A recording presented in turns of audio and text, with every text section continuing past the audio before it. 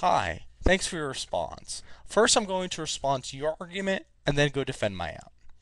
You argue that the two-party system is broken. I have a few answers to that. First, two-party systems are inevitable in a winner-takes-all electoral system. For example, the rise of the Republicans resulted in the demise of the Whigs. Second, I argue that Democrats have actually accomplished a lot, including the New Deal, Medicare, Medicaid, and Social Security. Third, while partisanship may suck, it's not the fault of the Democrats. It's the fault of the GOP.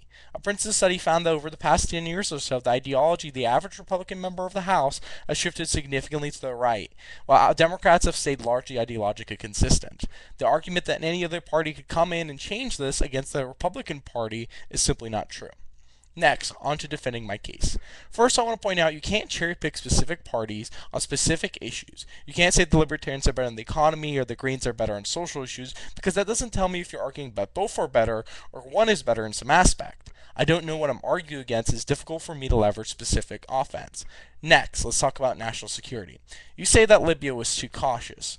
However, first, the parties you supported advocated complete non-intervention, so under your own argument, they'd be worse than delayed response. Second, I'd point out that a rush response to war results in things like Iraq, where there is no exit strategy, cost spiral, and innocents die. While Iraq cost several trillion, Libya costs 1 billion. While Iraq lasted almost a decade, Libya lasted a few months before the coalition took over. When Iraq ruined our relationship with our allies, Libya reinforced it. It is the smart, multilateral approach favored by Obama that actually solves problems, unlike the reckless interventionism you advocate that only triggers backlash and resentment.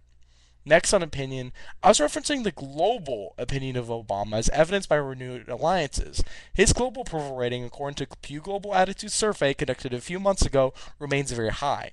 I don't think his domestic approval rating matters for this discussion. It's not like Gary Johnson or his Green Alternative are any more popular. Finally, on the economy, you're just losing this argument. Your class warfare argument is about rhetoric. Not only do I think the suggestion that the wealthy pay their fair share is not exactly class warfare, even if it is, it's outweighed by the actual jobs saved by actual democratic policies.